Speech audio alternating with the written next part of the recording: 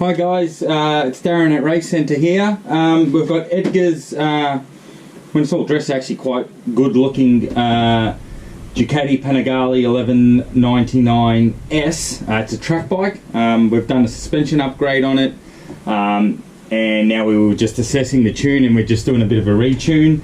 It'd been tuned previously, which wasn't too bad, but with these, particularly this model, and a lot of V-twins, particularly Ducatis, they really do need an individual cylinder tune.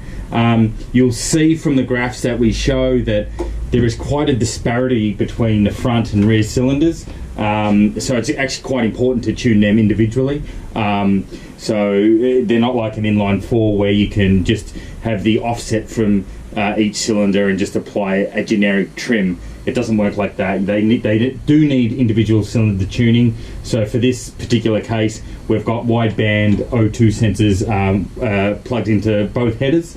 So we had the exhaust system that this bike had on it. These Termies didn't have those provisions, so we welded them in. Because there are other systems where you can get a copper tube into the exhaust and things like that to get an A reading, and then it goes off to another box that has your wideband O2 sensors. However, we prefer to put them actually in line in the exhaust because you get a more accurate reading that way.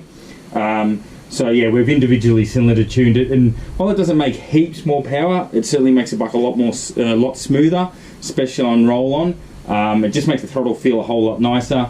You'll see the end numbers after the tune on these graphs. It actually shows a loss of power, and that's not because it actually lost power, it's because the tyre we've got on for the dyno has given up because there was a fair bit of tuning to do. It's a warm day and the tyre's had enough, so we'll show you the tyre. It's a little bit second hand now, but we know that the tune's a lot better, and you'll see it from the AFR, and the bike even just on the dyno feels so much nicer, more responsive, but also just smoother. It's not jerky, it's not abrupt, it's just very, very smooth. So it actually feels quite nice to ride on the dyno, and it's going to be great on the racetrack. So let's go and make some noise, hey.